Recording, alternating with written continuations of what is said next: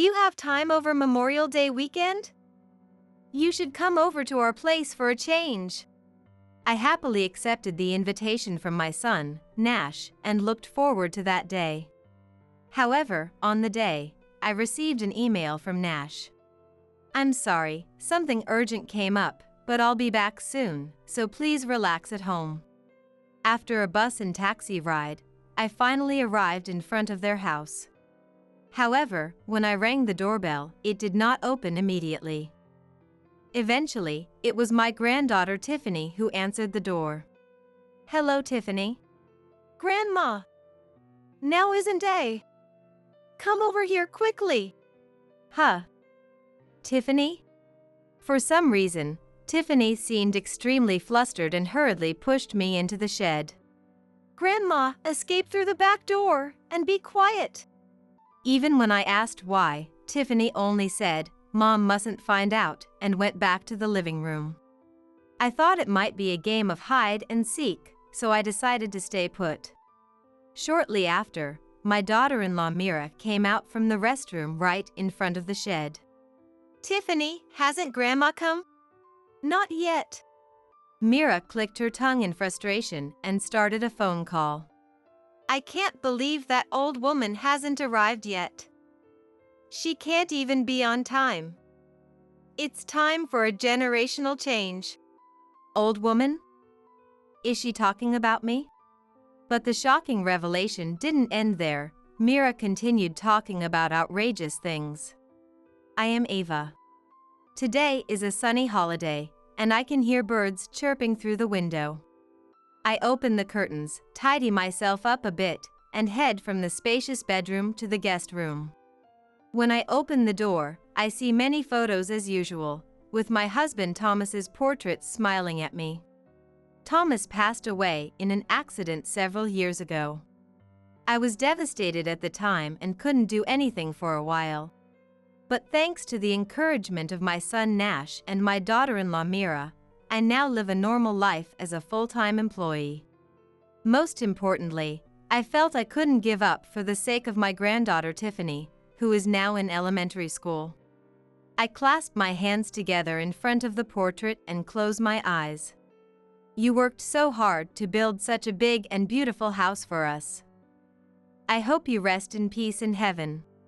After lightly dusting off the portrait, I head to the living room. The living room is decorated with works from the floral art class I attend with my friends from the neighborhood. This has become my hobby. My friends invited me to cheer me up when I had lost the will to live, and now I am completely absorbed in it. Nash and his family, who live in the neighboring state, also enjoy seeing the flowers whenever they visit. Nash went to college out of state, found a job there, met Mira, and Tiffany was born. Tiffany has grown a lot, but she still gets excited and plays in this house, so maybe this spacious house was just right after all. It's not like I don't feel lonely at all, but I am enjoying myself. Today is the day of the floral art class with my friends, so I was getting ready when the doorbell rang in the living room. Coming, I replied and headed to the door, but I heard the door open before I got there. Hello, Ava. Not again, I thought. For the past few months, Mira has been visiting unannounced with Tiffany.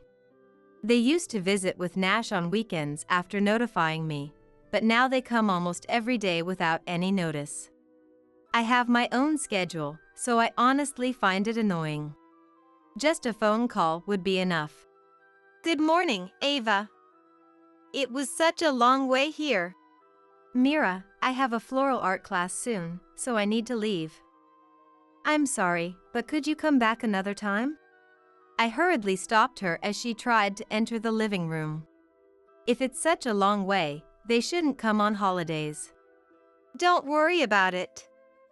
We'll just house sit as usual. But it's fine, we'll lock up. Oh, do you have anything for lunch?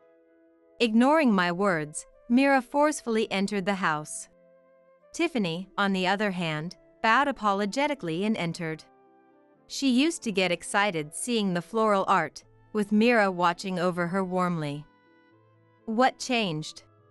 Mira, I've told you many times, please notify me before you come. Since we're coming anyway, it's just an extra hassle.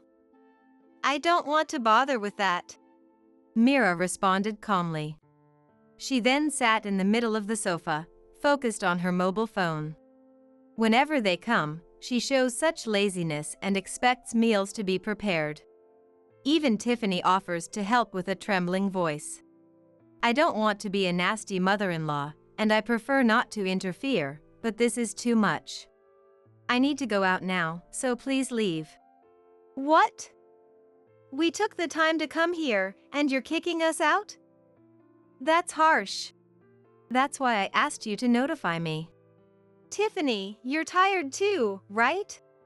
Mira called Tiffany over and looked into her face. She smiled, but her eyes looked cold. Tiffany hesitated for a moment and quietly answered, yes. See, your lovely granddaughter says so. Just a little bit won't hurt. In the end, Mira insisted, and I left the house, leaving the two behind. Even when I met my friends and picked up the flowers, I couldn't focus today.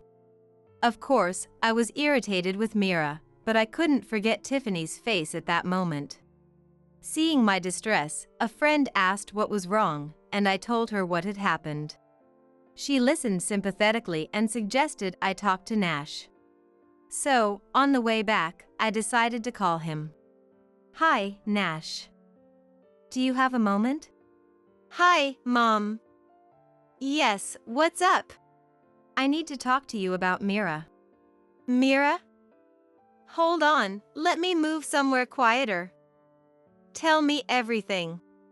I told Nash about Mira and Tiffany's frequent unannounced visits, her disregard for my requests to notify me, and Tiffany's unusual behavior.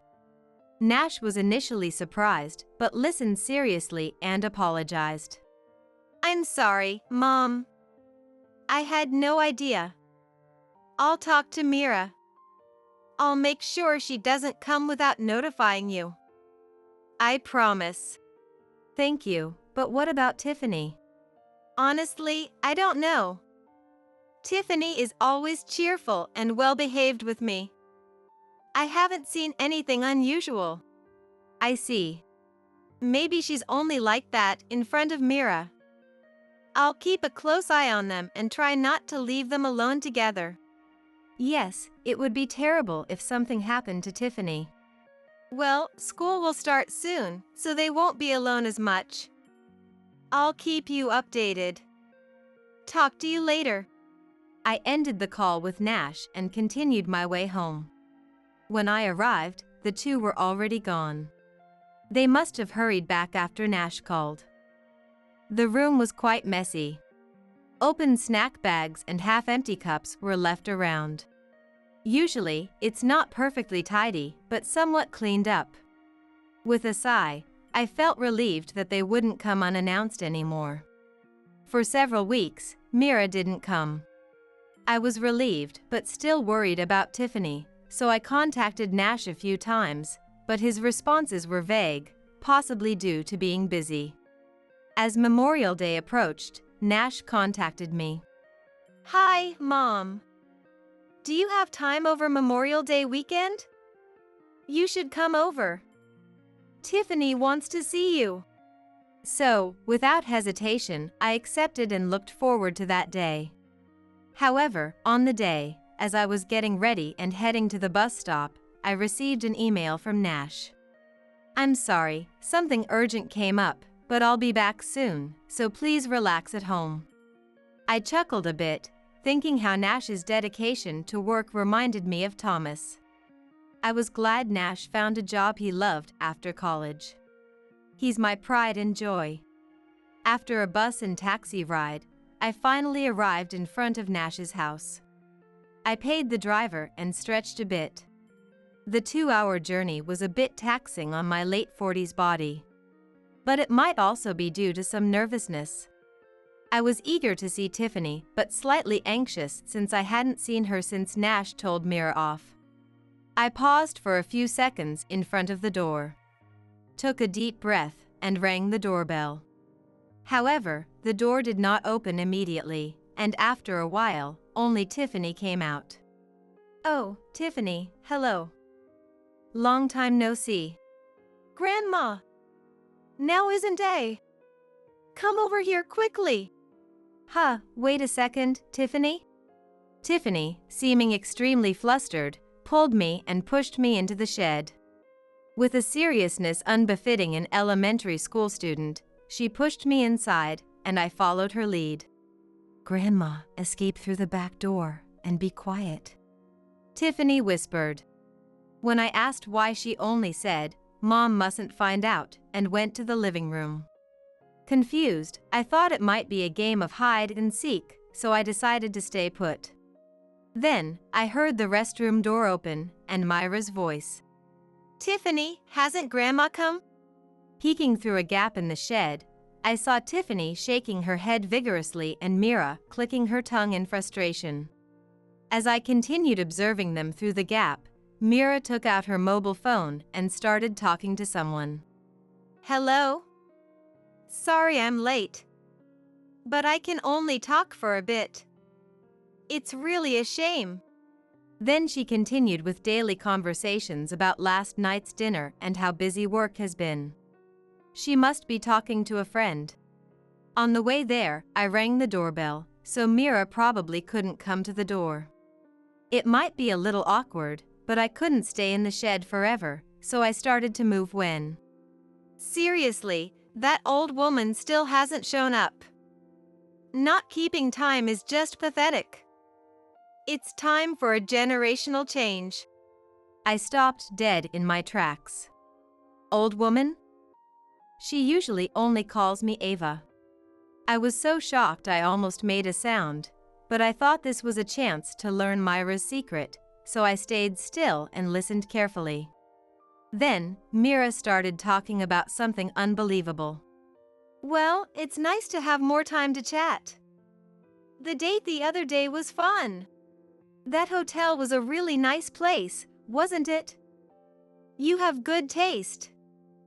I want to go again. I can't wait to see you." Her tone clearly changed. It became syrupy and genuinely happy. At first, I thought she was talking to Nash, not a friend, but would she say she wants to see her husband, who lives with her? Would she talk about dinner or dates over the phone? Nash is at work now. So, the person on the call is another man, not just a friend but probably an affair partner. When I reached this conclusion, I felt my body temperature drop. With trembling hands, I took my mobile phone from my bag and pressed the record button. "You're amazing. Next time, I want a branded bag. Then I'll wear the cute outfit you mentioned. You can do whatever you want." Listening to her made me sick. Even though a child still in elementary school was nearby. Tiffany probably didn't understand everything, but she seemed to sense that her mom's behavior wasn't commendable. If Mira and I ran into each other while she was on the phone, it would be a disaster. So, I forcefully pulled her hand and told her to hide in the shed with me. Now Tiffany, looking sad, quietly worked on what seemed like homework. My heart ached knowing my first-grade granddaughter was suffering so much. And that old woman, she's so stubborn to live. I wish she'd hurry up and die and give me that big house. I want to live there leisurely with you. That big house? My house? What does she mean by hurry up and die? I wanted to speak up but held back desperately. My mouth felt dry. Seriously, she's so annoying. She got mad just because I took a few interior photos. She's at her menopause. She should learn about kindness from me. She continued to criticize how my clothes didn't look good on me, how what I cooked was too old-styled, and other things in a nasty way. Thinking she felt that way about me made anger rise from my gut along with sadness. Even if I went out and got angry now, nothing would change. I told myself to endure it and rubbed my trembling body. Thanks for preparing the medicine. I need to make her drink a lot so she'll die soon. As she said this, Mira transferred some white powder into a cup. I couldn't see well through the gap, but it seemed like the cup I had given her for guests. I felt like a knife was pressed against my neck. I didn't know what kind of medicine it was, but it was definitely not good. Was she planning to make me drink it? My blood ran cold. The daughter-in-law I thought was a good person, planning something like this? I should hang up. Nash might come home soon. See you at the hotel. Love you. Mira moved the mobile phone away from her ear. But she was still manipulating the screen, and my phone rang in my hand. Oh. I hurried to turn off my phone, but it was too late. Ava, were you listening? The shed door opened, and I covered my eyes against the sudden brightness.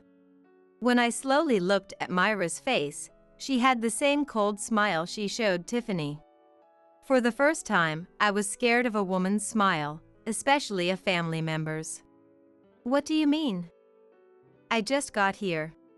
I responded with a trembling voice, but it was probably meaningless. You were listening, right? Mira approached with an intimidating voice, closing the distance. Resigned, I decided to be honest. I stepped out of the shed and faced Mira. Yes, I heard. What's going on? Are you having an affair? I decided to confront her, though my hands and feet were shaking with fear. I had to confirm the truth. My body naturally tensed, and my hands started to sweat. Why are you taking this seriously?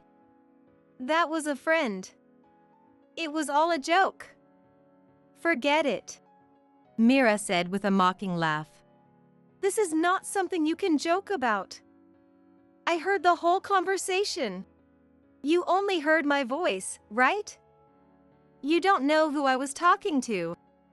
Accusing me of having an affair is awful. Then who were you talking to? A friend, as I said. Is that enough? Mira answered dismissively and picked up her phone, ignoring me. It was obvious from the conversation that it wasn't just a friend, but she was mocking me. What about the insults you threw at me? Are those jokes too? I didn't say anything like that. You're being paranoid. Give it a rest. Do you have any proof? Well, if you don't, stop making baseless accusations. I'm not having an affair. Just as Mira finished speaking firmly. Don't lie. Nash. The front door flew open, and Nash appeared. After glaring at Mira, he glanced at me and then looked at Tiffany. Taking it as a signal, I quickly ran to Tiffany, ignoring Myra's astonished look. I gently hugged Tiffany, who started to cry quietly in my arms. Her once warm body felt unbelievably cold. Oh, how much pain has this child endured? I regretted not noticing sooner. How are you home so suddenly? What about work? Mira, stop it. I know everything. About your affair, your plan for Mom's house, and hurting Tiffany. What's your proof? Mom sent me the video. Nash operated the mobile phone he was holding. You're amazing. Next time, I want a branded bag. Then I'll wear the cute outfit you mentioned. You can do whatever you want. Myra's words played back. Yes, I had sent the video to Nash. After finishing his errands, Nash had rushed home and timed his entrance perfectly. You recorded it? I told you it was a joke. It's just a friend. Just a friend, huh? A friend who does things like these, right? Nash pulled out a stack of photos from his bag and handed them to Mira. Why do you have these? They were photos of Mira walking with a man. The man's hand was on her waist, and Mira didn't look reluctant but rather pleased. The building in the background was a hotel. Clearly, this was more than a friend. There were also photos of them with matching necklaces, holding hands, and hugging. As these were presented, Myra's face turned pale. I knew about your affair for a while, Mira. How? You've been acting strange lately. You often weren't at home either. And Tiffany told me. Tiffany!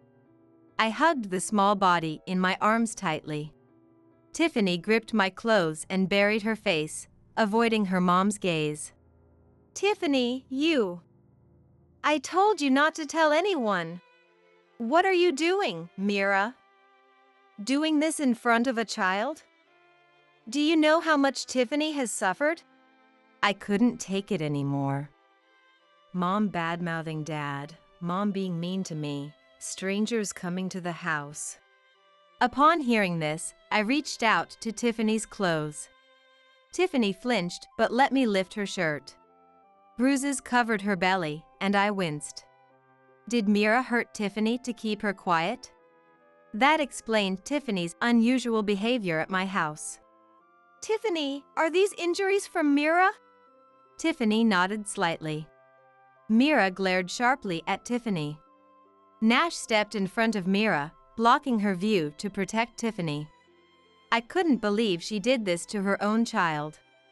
The night Mira went to the hotel with that man, Tiffany told me while crying. So, I hired an investigator. Today, I got the progress report. What? An investigator? Yeah, I had a thorough investigation done. It seems the guy she's seeing is a pharmacist. You even found out that much. Nash, holding the documents he had taken out, started questioning Mira. I didn't realize he had already sensed something was off and consulted an investigator.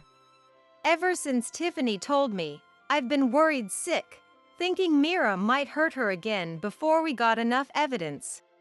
Nash's face showed deep anguish. For him, these past few days must have been unbearable. Knowing that someone he loved had betrayed him and even hurt his precious child. But Tiffany said she was okay.